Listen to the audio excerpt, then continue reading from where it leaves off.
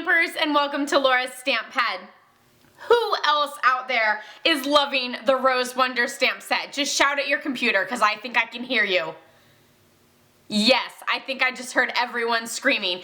And if you haven't bought it already, you will totally want to buy it after this card or a couple of the other tutorials that I plan on posting with this because I am in love with it. Of course, I'll leave some links down below to a couple of cards that I did without tutorials that I did on my blog, laurastamppad.com. But I am loving it. I actually loved, besides the fact that it's flowers, because I do love flower stamp sets, I love the greetings.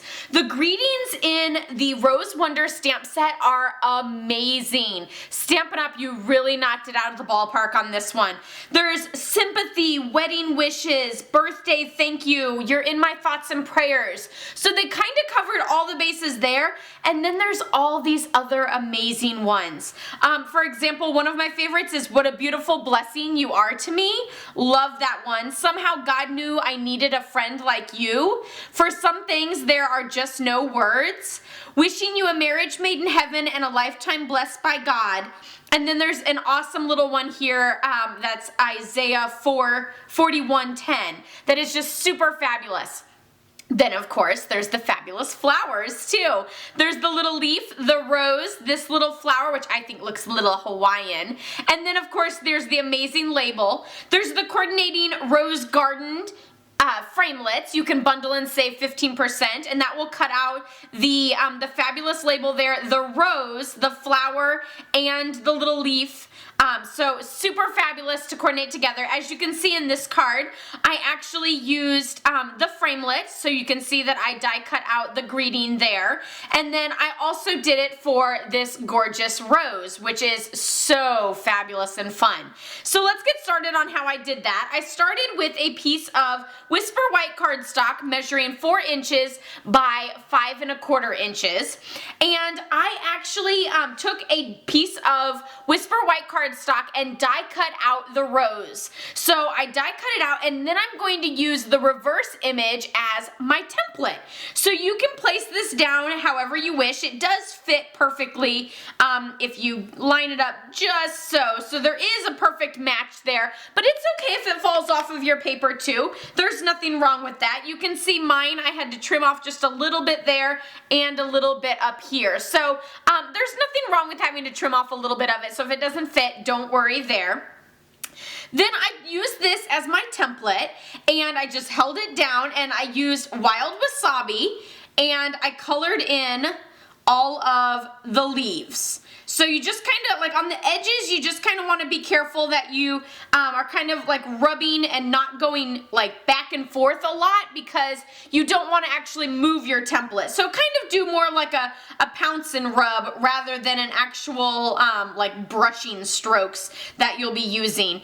And it's okay if you have some of those little lines. The more you kind of pounce, the more they blend in, and you'll be just fine. So you'll just go right to the edge of that rose there on that template, and then we'll actually switch over to rose red and fill that in. And you can really fill it in with any color you want. So there we have our nice little leaf. And then now I'm gonna go for my rose red, and I'm going to fill in the actual rose. And with this, I usually like to do the outside to make sure I get that nice border, just in case it does move on me. I can then find my way back with the template. And then right here, you're just gonna kind of pounce and overlap just a little bit, because that'll all be covered up with your little frame. And pounce and rub and add your ink. And it's okay if you have variations in color and some spots look darker or lighter, because that's the way a rose is. It looks gorgeous in its variations of colors, and you can kind of play with that a little bit.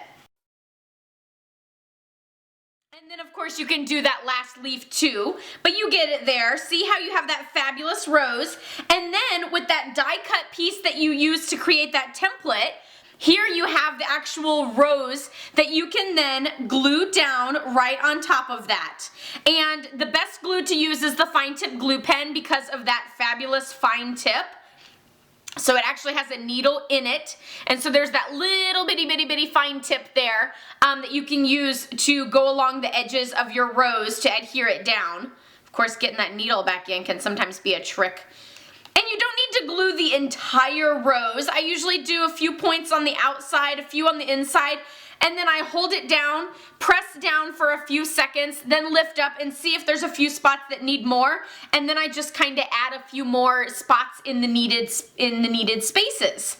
So that's how I did that fabulous image there. Of course, before I put on the frame here, I actually colored with the Wink of Stella brush on top to get a little bit of shine and glitter. I don't know how well the camera is picking up that glitter on my rose, but it looks fabulous in person.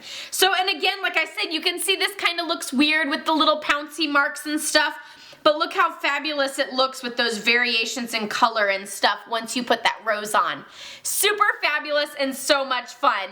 Stay tuned. Be sure to subscribe to my channel so that you don't miss future videos using the Rose Wonder and the Rose Garden coordinating items. They are so much fun. And again, I'll leave links down below to some other projects that I did with it. So be sure to check those out as well. Let me know what your favorite is and which color of rose that you want to do first. I would love to hear about that in the comments below.